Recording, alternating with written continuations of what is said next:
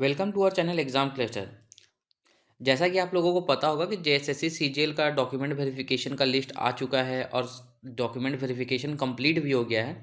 और मेरा भी रोल नंबर आया था डॉक्यूमेंट वेरिफिकेशन में और मैंने अपना डॉक्यूमेंट वेरिफिकेशन करवा लिया है। तो आज के वीडियो में मैं आपको बताऊंगा कि इस एग्ज़ाम के लिए मैंने कैसे प्रिपेयर किया था और मेरे कितने मार्क्स आए हैं सब्जेक्ट वाइज, मैंने लैंग्वेज पेपर कौन सा लिया था और जो जीएस वाला पेपर था उसमें कौन सा पार्ट मुझे ज़्यादा टफ लगा या इजी था, या मतलब कि कहाँ मुझे प्रॉब्लम हुआ। और मैं आपको ये भी बताऊंगा कि डीमोटिवेशन से कैसे आप बच सकते हैं और डॉक्यूमेंट वेरिफिकेशन के बाद अब आगे का मेरा क्या प्लान है वो भी मैं बताऊंगा। और अगर आप ये सोच रहे हैं कि झारखंड एग्ज़ाम का प्रिपरेशन करना चाहिए या नहीं करना चाहिए तो भी मैं आपको उस बारे में इसमें बताऊंगा। देखिए, सबसे पहले तो मैं अपना इंट्रोडक्शन ही दे देता हूँ। मेरा नाम है उज्जवल लकड़ा और मेरा जो एड्रेस है वो, मैं खूंटी जिला का निवासी हूँ, मतलब झारखंड का ही हूँ। खूंटी जिला का मैं मूल निवासी हूँ और मैं रहता हूँ आपका हज़ारीबाग में। और अगर आप मेरा ऑक्यूपेशन बात करिए कि मैं करता क्या हूँ, तो स्टूडेंट हूँ और साथ में यूट्यूबर भी हूँ। अगर आप इस चैनल से जुड़े हुए हो एग्ज़ाम क्लस्टर झारखंड एग्ज़ाम से, तो आपने मेरा वीडियो पहले भी कभी देखा होगा। और मैं, देखिए, इस यूट्यूब चैनल में तो मैं काम करता हूँ एग्ज़ाम क्लस्टर झारखंड एग्ज़ाम, ये झारखंड के लिए हम लोगों ने बनाया है। और एग्ज़ाम क्लस्टर का एक और चैनल है जिसमें 31,000 सब्सक्राइबर है, ये आपका सेंट्रल एसएससी का चैनल है। तो ये वाला दोनों चैनल में मैं काम करता हूँ। तो जनरली मैं आजकल वीडियोस कम डालता हूँ, मैं पीछे मतलब बैकएंड में वीडियो एडिटिंग वगैरह ये सब चीज़ करता हूँ आजकल। तो हमारा एग्ज़ाम क्लस्टर का ऐप भी है जैसे कि आप देख सकते हो। तो ये था एग्ज़ाम क्लस्टर जिसमें मैं काम करता हूँ। तो ये दो चैनल हुआ, इसके अलावा मैं और दो चैनल में काम करता हूँ, वो भी मैं आपको दिखा देता हूँ। ये देखिए, ये जो उरांव टीवी जेएच जो चैनल है और ये Kurukh exams Oraon TV JH है, ये दोनों चैनल मैं ही मैनेज करता हूँ। इस चैनल का मैं मैनेजर और एडिटर दोनों हूँ। और उरांव टीवी जेएच का ऐप भी है जैसे कि आप यहाँ देख सकते हो। तो दोनों चैनल में भी अच्छा खासा सब्सक्राइबर है। देखिए, इसमें लगभग 65,000 सब्सक्राइबर है, इसमें भी लगभग 4,000 सब्सक्राइबर होने जा रहा है। तो कुड़ुक लैंग्वेज का ये चैनल है, ये जो चैनल है ये स्पोकन कुड़ुक का है। और ये जो है ये आपका जेएसएससी सीजीएल हो चाहे जेएसएससी कोई भी एग्जाम हो उसके लिए कुड़ुक लैंग्वेज में जो सिलेबस वगैरह होता है उसका वीडियोस हम लोग इसमें बनाते हैं। और हम लोगों का अपना ऐप भी है, यहाँ पे आप देख सकते हो। तो बेसिकली मेरे पास, जानते हैं, मैं चार चार चैनल में काम करता हूँ, चारों चैनल्स का कंटेंट वगैरह मैनेज करना पड़ता है, तो मेरे थोड़ा टाइम का दिक्कत हो जाता है। तो वैसे लोग जो जॉब करते हुए इस एग्ज़ाम के लिए प्रिपेयर कर रहे हैं वो मेरे से अच्छा रिलेट कर पाएंगे। तो ये चारों चैनल में मैनेज करता हूँ। और देखिए, सबसे प्रॉब्लम क्या होता है ना कि एग्ज़ाम क्लस्टर वाला जो चैनल है उसमें हम लोग तीन लोग काम करते हैं। एग्जाम क्लस्टर का जो ये चैनल है इसमें हम लोग तीन लोग काम करते हैं, जैसा कि आप यहाँ पे देख सकते हैं। एक तो हम हैं, खुद हो गए। उसके बाद एक ऋषिकेश सर हैं जो कि सेंट्रल एसएससी का एग्ज़ाम क्वालिफाई किए थे, तो वो अभी मुंबई में पोस्टेड है, वो वहाँ काम करते हैं। तो बहुत लोग मुझे और इनको कंफ्यूज कर लेते हैं, हम लोग दोनों अलग अलग आदमी हैं, ये भी ध्यान दीजिएगा।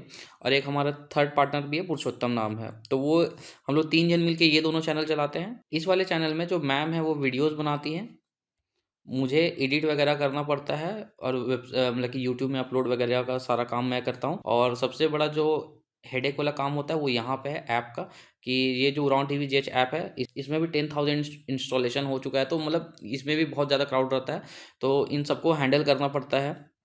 तो मेरे लिए टाइम का बहुत कमी हो जाता है। तो ये चार चैनल है जो मैं चलाते हुए भी जेएसएससी सीजीएल का प्रिपरेशन किया था। अब मैं दिखाता हूँ आपको एडमिट कार्ड और रिजल्ट देख लीजिए अभी। अब देखिए, यहाँ पे ये मेरा एडमिट कार्ड हो गया और यहाँ पे डॉक्यूमेंट वेरिफिकेशन के लिए जो लिस्ट आया था उसमें देखिए मेरा रोल नंबर है यहाँ पे। तो ये मैं दिखा दे रहा हूँ ताकि किसी को ये ना लगे कि मैं ऐसे ही बोल रहा हूँ बोल करके। अब आगे चलते इस चीज़ बात करते हैं कि मैंने किस सब्जेक्ट में मेरा कितना मार्क्स था और कौन सा सब्जेक्ट अच्छा था खराब था, इस मतलब सब्जेक्ट वाइज मैं देख बताता हूँ आप लोगों को। और उससे पहले मैं और एक चीज़ बता देना चाहूँगा कि बहुत लोग ये भी बोलेंगे कि मेरा तो लैब असिस्टेंट में सिलेक्शन हुआ था। तो हाँ, लैब असिस्टेंट में भी मेरा सिलेक्शन हुआ था, जैसा कि आप यहाँ पे देख सकते हो। ये है आपका, यहाँ पे देखिए रोल नंबर मेरे एडमिट कार्ड का। और यहाँ पे देखिए, तो लैब असिस्टेंट में भी मेरा सिलेक्शन हुआ था, बट थोड़ा सा क्या बोलिएगा, मेरा किस्मत ख़राब था।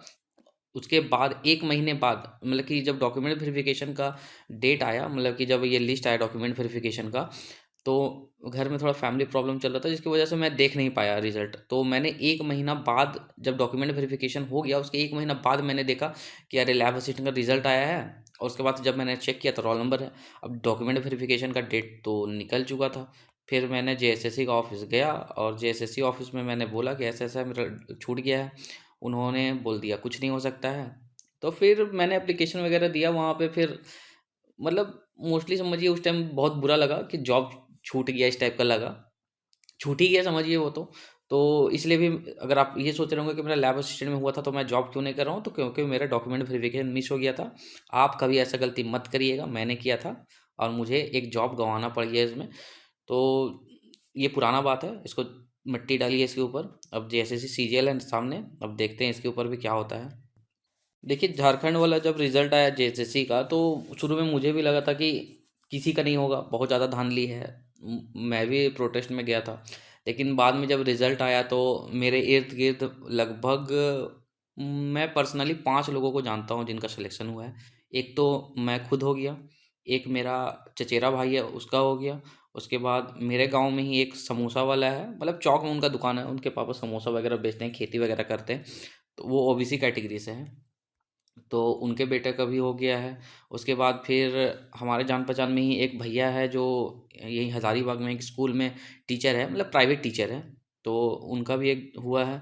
उसके बाद फिर मतलब और भी एक दोस्त है हमारा, उसका भी हुआ है। तो मतलब 5 लोग को तो मैं पर्सनली जान रहा हूँ जिनका हुआ है।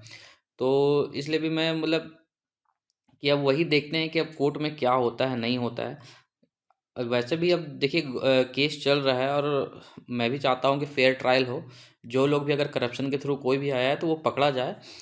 क्योंकि देखिए मैंने जितने भी अगल बगल बहुत लोगों को देखा है, जो लोग जेन्युइन स्टूडेंट्स हैं, जिन्होंने मेहनत किया है, मेरे भाई ने बहुत मेहनत किया है, और भी जितने लोग के बारे में मैं जान रहा हूँ हर किसी ने बहुत मेहनत किया है। अब एग्ज़ाम का अगर रिजल्ट मान लीजिए कोर्ट अगर कैंसिल कर ही देता है तो उसमें कोई कुछ कर नहीं सकता है। लेकिन मोस्टली मैं भी चाहूँगा कि एक बार फेयर ट्रायल हो, सारा जांच वगैरह हो, जो भी इसमें अगर कुछ भी धांधली है, जो लोग धांधली किया है जनरली उनको ज़रूर पकड़ा जाना चाहिए, क्योंकि उनके वजह से ना हर बार एग्ज़ाम ख़राब होता है। पिछले बार सीजीएल हुआ, कैंसिल हो गया। इस बार सीजीएल हुआ, कोर्ट केस हुआ है, कैंसिल होने हो भी सकता है, नहीं भी हो सकता, वो पता नहीं, वो कोर्ट में है। बट अगर मान लीजिए कैंसिल हो भी गया, अगले बार फिर सीजीएल होगा। मान लीजिए आप पास हो जाते हो, जैसे इस बार मैं पास हुआ हूँ, अगले बार आप पास हो जाओगे। अब मान लीजिए अगले बार एग्जाम होता है, अगर इस बार अगर धांधली हुआ है तो अगले बार भी मान लीजिए वो धांधलीबाज अगर पकड़े नहीं जाते हैं तो अगली बार फिर धांधली कर देगा। तो अगले बार आप पास हो गए, फिर आपको क्या होगा, आपका एग्जाम कैंसिल होगा। तो ले दे के बार बार वही रिपीटेशन होते रहेगा, एग्जाम लिखिए कैंसिल होगा, एग्जाम लिखिए कैंसिल होगा। तो ले दे के कोई कहीं नहीं पहुंच पाएगा। इसलिए बेहतर यही है कि जो लोग धांधली कर रहे हैं उनको पकड़ना बहुत जरूरी है यहाँ पे। अब चलिए आगे देखते हैं कि मेरा सब्जेक्ट वाइज मार्क्स कितना था, वो हम देखते हैं। देखिए सब्जेक्ट वाइज सबसे पहले तो मैं बता देता हूँ कि मेरा कैटेगरी एसटी था, और मेरा जो मार्क्स है वो लगभग है 457, सारा नेगेटिव वगैरह काट के है। उसके बाद अब देखिए नॉर्मलाइजेशन का एक बहुत बड़ा फैक्टर है, नॉर्मलाइजेशन कितना हुआ है नहीं हुआ है ये किसी को नहीं पता। तो मेरा रॉ मार्क्स इतना है, अब एक्चुअल में कितना होगा नहीं होगा वो तो फाइनल रिजल्ट आएगा जब मार्क्स देगा तभी पता चलता है। अब उसके बाद देखिए कि मेरा लैंग्वेज था आपका नागपुरी था।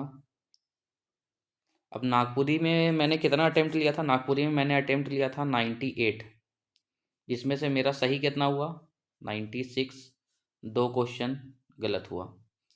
और उसके बाद फिर अरे देखिए नागपुरी का क्वेश्चन पेपर बहुत ज़्यादा इजी था, इस बार का बहुत ज़्यादा इजी। 100 आउट ऑफ 100 स्कोर करना पॉसिबल था और बहुत लोगों ने किया भी होगा। मुझे 98 का 98 पूरा आंसर पता था।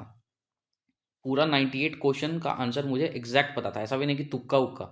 98 मुझे पूरा पता था। ये जो 2 क्वेश्चन मैंने गलती किया है ये इसलिए भी गलती हो गया क्योंकि क्या बोले कि मेरा सरायकेला में दे दिया था सेंटर, और मैं हज़ारीबाग में रहता हूँ। तो मैंने क्या होशियारी दिखाया कि मैं सोचा कि रात को ही निकल जाऊँगा 1 बजे, सुबह 5 बजे तक 6 बजे तक सरायकेला पहुँच जाऊँगा, इस टाइप का। और मैंने सोचा कि आराम से 7 बजे तक सो जाऊँगा रात को, फिर 12 बजे उठ के तैयार वार होकर 1 बजे तक निकल जाऊँगा कार से। तो यही चक्कर में तो हुआ क्या कि मैं रात भर ना सो पाया, कुछ नहीं किया। अब सरायकेला गया, सरायकेला में भयानक गर्मी थी उस दिन, और मेरा हो गया पूरा तबीयत खराब। तो वही चक्कर में मतलब क्वेश्चन, ये जो 2 क्वेश्चन गलती हुआ, ये 2 क्वेश्चन मैंने क्वेश्चन ही गलत पढ़ दिया था जिसकी वजह से गलती हुआ। अदरवाइज 98 का 98 पूरा ही सही था। उसमें मतलब ऐसा नहीं था कि मुझे आता नहीं था। उसके बाद फिर बाकी आता है इधर आपका जीएस वाला सब्जेक्ट। जीएस में जहाँ है, जहाँ हम मार खाए हैं आराम से। देखिए इस वाले जो पेपर था ना, इसमें 500 नंबर लाना नॉर्मल था, मतलब 500 तो आप लाना ही लाना था। मेरा 500 क्यों नहीं आया वो भी मैं बता देता हूँ। क्योंकि सबसे बड़ा रीज़न मैं बता देता हूँ, मैथ। मैथ का 20 क्वेश्चन में मैंने एक भी नहीं बनाया है। 20 का 20 क्वेश्चन में मैंने एक भी मैथ नहीं बनाया है। तो मैथ हटा दीजिए मेरा पूरा। उसके बाद मुझे मतलब इसके अलावा जो भी बाकी सब्जेक्ट था उसमें मैंने मार्क्स वार्क्स लाया। तो उससे मैंने मैनेज किया है। तो मोस्टली अगर समझिए कि अगर मैं मैथ का अगर 10-15 क्वेश्चन अगर बना लेता तो ईज़िली मैं भी 500 के आसपास ला सकता था, लेकिन मैथ पता नहीं, मतलब मैथ मेरा सबसे वीक पॉइंट है। बाकी सब्जेक्ट आप बोलिए मैं मैनेज कर लूँगा, मैथ मेरे से नहीं हो पाता है। तो इसलिए भी आप देखिएगा चैनल में जितना भी मैथ वैथ का वीडियो होता है वो मैं नहीं बनाता हूँ, ऋषिकेश सर बनाते हैं या और एक है वो बनाते हैं। मैं मैथ का वीडियो कभी नहीं बनाया हूँ आज तक। तो मैथ की वजह से ही मेरा मार्क्स सबसे ज़्यादा गिर गया, और मतलब मोस्टली अगर आप देखिए तो 500 नंबर लाना नॉर्मल था इस बार वाला।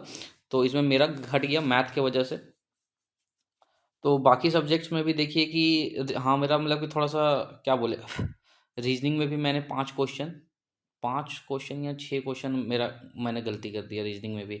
और सब गलती हुआ इसलिए कि मेरा थोड़ा-सा तबीयत डाउन हो गया था वहाँ पे, मतलब क्या बोले अपना होशियारी की वजह से। नहीं तो थोड़ा अच्छा मार्क्स मेरा भी आ सकता था।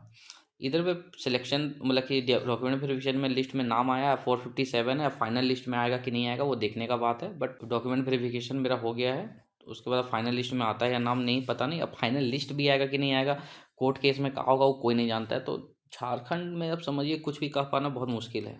मेन मैथ में भी दिक्कत इसलिए था और बाकी सब्जेक्ट्स में भी मैंने ज़्यादा तैयारी नहीं कर पाया, क्योंकि देखिए जैसे कि मैंने बताया कि मैं 4 चैनल चला रहा हूँ, तो टाइम का मेरे पास बहुत भारी कमी था, किल्लत था। और सबसे प्रॉब्लमेटिक बात आपका यहाँ पे ये था कि जैसे कि आपको पता है कि हर बार एग्ज़ाम का डेट आता था और कैंसिल हो जाता था। अब भाई सब चीज़ छोड़ छाड़ के पढ़ने के लिए वो मेरे पास ऑप्शन था ही नहीं। अब यूट्यूब चैनल भी चलाना है। अब होता था कि मान के चलिए एग्ज़ाम डेट आया, तो चलिए ठीक है, एग्ज़ाम डेट आने के बाद अगर 2 महीना के लिए मैं ब्रेक लेके पढ़ाई कर लूँ तो वो भी ठीक था, लेकिन फिर एग्ज़ाम डेट कैंसिल हो जाता है। और ऐसा मेरे साथ ही नहीं है, बहुत लोग था जो लोग अपना जॉब से मतलब जॉब में लीव डाल डाल के पढ़ाई कर रहा था कि हम जॉब कर रहे हैं, लेकिन 1 महीना का लीव ले लिए, 1.5 महीना का लीव ले लिया, अब पढ़ेंगे। 1.5 महीना का लीव लिया, पढ़ाई किया, एग्ज़ाम का डेट एक्सटेंड हो गया। इसी वजह से बहुत लोगों को क्या बोलते हैं प्रॉब्लम्स फेस करना पड़ा। जैसे कि ऋषिकेश सर, हमारे ऋषिकेश सर के साथ भी यही हुआ। अब वो जॉब करते हैं तो उनको ज़्यादा छुट्टी नहीं मिल पाता है, फिर भी उन्होंने बहुत मैनेज किया था छुट्टी वगैरह पढ़ने के लिए। लेकिन हुआ क्या कि जितने बार भी उन्होंने मैनेज किया, उनका एग्ज़ाम डेट सीजीएल का एग्ज़ाम डेट एक्सटेंड हुआ और उनका छुट्टी भी लगभग ख़त्म हो गया। तो फिर उनको भी अपने ऑफिस से छुट्टी वगैरह नहीं मिला, इसलिए लास्ट लास्ट में वो भी प्रिपरेशन नहीं कर पाए ठीक। और एक प्रॉब्लम था जो मुझे सबसे ज़्यादा फेस करना पड़ा था, वो था आपका झारखंड पढ़ने में। झारखंड का 90% मटेरियल जो भी है वो आपका हिंदी में है, इंग्लिश में नहीं है। और ख़ास करके मेरा अगर बोलिएगा तो सबसे फेवरेट बुक था उड़ान का बुक था, जो कि झारखंड जीके का था, लेकिन वो हिंदी में केवल है, इंग्लिश में है ही नहीं। तो मुझे झारखंड पढ़ने में बहुत प्रॉब्लम हुआ। इसीलिए हम लोगों ने ये सोचा है कि आगे चल के हम लोग झारखंड का इंग्लिश वाला कोर्स ज़रूर लॉन्च करेंगे, ताकि वैसे स्टूडेंट्स जिनको हिंदी में पढ़ने में दिक्कत होता है झारखंड, उनके लिए थोड़ा हेल्प हो जाए। अब देखिए करप्शन के वजह से, अब देखिए बहुत लोग हो रहे हैं ना कि झारखंड के एग्ज़ाम का तैयारी छोड़ दे रहे हैं। तो देखिए मैं सीधा सीधे बोलूँगा कि करप्शन की वजह से प्रॉब्लम आता है, नहीं आता सो बात नहीं है। लेकिन मैं कहता हूँ कि कभी भी होप लूज़ मत कीजिए, उम्मीद मत छोड़िए। जैसे कि मैंने सबसे पहले ना कांस्टेबल वाला एग्ज़ाम दिया था, जो अभी कांस्टेबल जेएसएससी कांस्टेबल का जो एग्ज़ाम अभी अभी हुआ है, दौड़ वगैरह हुआ है, ये एक बहुत पहले भी आया था, 3-4 साल पहले या 5 साल पहले आया था। एक्साइज कांस्टेबल और स्पेशल ब्रांच दोनों एग्ज़ाम, तो मैंने दोनों एग्ज़ाम दिया था। लेकिन दोनों ही एग्ज़ाम का कभी ना रिजल्ट आया ना कुछ आया, वो कैंसिल हो गया। उसके बाद फिर मैंने दिया आपका लैब असिस्टेंट वाला, जिसमें मैं पास हुआ, लेकिन मेरा डॉक्यूमेंट वेरिफिकेशन छूट गया, तो वो भी नील। उसके बाद फिर जेपीएससी का प्री दिया था, उसमें भी मतलब कुछ मार्क्स से नहीं हुआ, तो वो भी नील। उसके बाद फिर अभी जेएसएससी सीजीएल लिखा हूँ मैं, अब इसमें कोर्ट केस चल रहा है। अब ये नील होगा कि टिक होगा ये पता नहीं। तो मोस्टली झारखंड में देखिए मैं एक ही चीज़ बोलूँगा कि झारखंड में अगर आपको जॉब चाहिए तो आपको थोड़ा सा ना ढीठ बनना पड़ेगा यहाँ पे। ढीठ इन सेंस कि करप्शन हो ना हो उस वाले फैक्टर को आप छोड़ दीजिए। आप बस खाली अपना प्रिपरेशन में ध्यान दीजिए, क्योंकि एक ना एक बार तो भाई वो कहते हैं ना तीर निशाने पे लगेगा और आपको जॉब मिलेगा। लेकिन अगर आप ये कह के छोड़ दीजिएगा ना कि करप्शन हो रहा है हम पढ़ेंगे ही नहीं, जैसे कि मैं आपको एक दिखाता हूँ इसमें। जैसे कि ये देखिए ये क्या है जानते हैं, ये पॉली हाउस है। और ये पॉली हाउस है क्या, ये पॉली हाउस को हम बनाए हैं।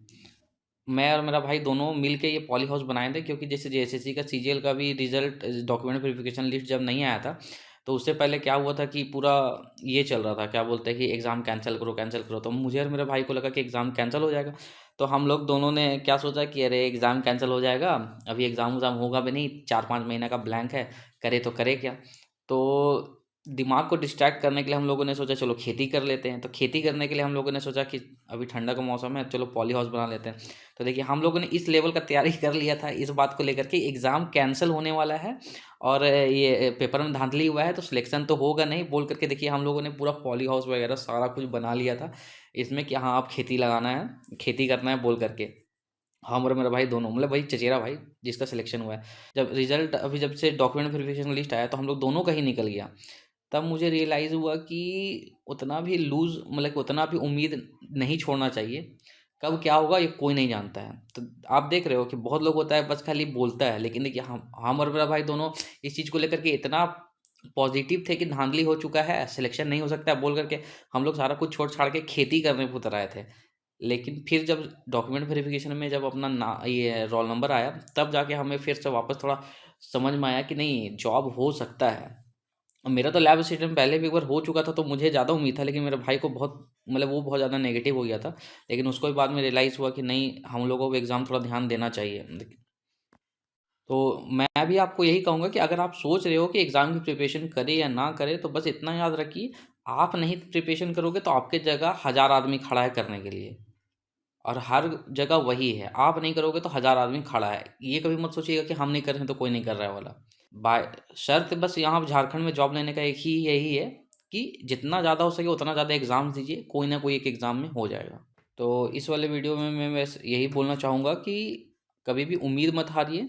और ये वाला एग्ज़ाम जैसे कि मैंने भी अभी दिया है, जैसा कि मैंने पहले बताया मेरा जॉब छूट चुका है, मैं एग्ज़ाम फ़ेल भी हुआ हूँ। तो ऐसा नहीं है कि मैं अगर सीजीएल का क्या होगा नहीं होगा मुझे नहीं पता, तो ऐसा नहीं कि मैं बैठ के बस उसी को देखते रहूँगा। आगे बहुत सारा एग्ज़ाम आएगा, जेपीएससी आएगा और भी एग्ज़ाम फॉरेस्ट वाला मैं भरा हूँ, जो भी है। तो प्रिपरेशन तो करते रहना पड़ता है एज़ अ स्टूडेंट। अब जहाँ होगा होगा, नहीं होगा नहीं होगा। लेकिन अपने साइड से अगर आप छोड़ दीजिएगा तो फिर कुछ नहीं होगा।